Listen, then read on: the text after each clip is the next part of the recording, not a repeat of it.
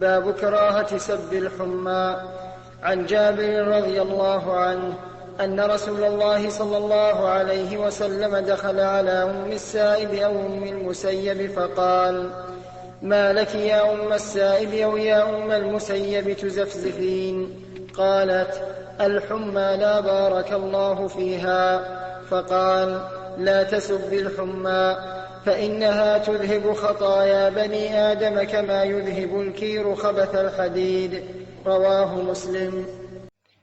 হাদিসের অর্থ হলো, রাসূলুল্লাহ সাল্লাল্লাহু আলাইহি ওয়াসাল্লাম একবার উম্মে সাঈব বা উম্মে মুসাইয়িবের ঘরে প্রবেশ করেন।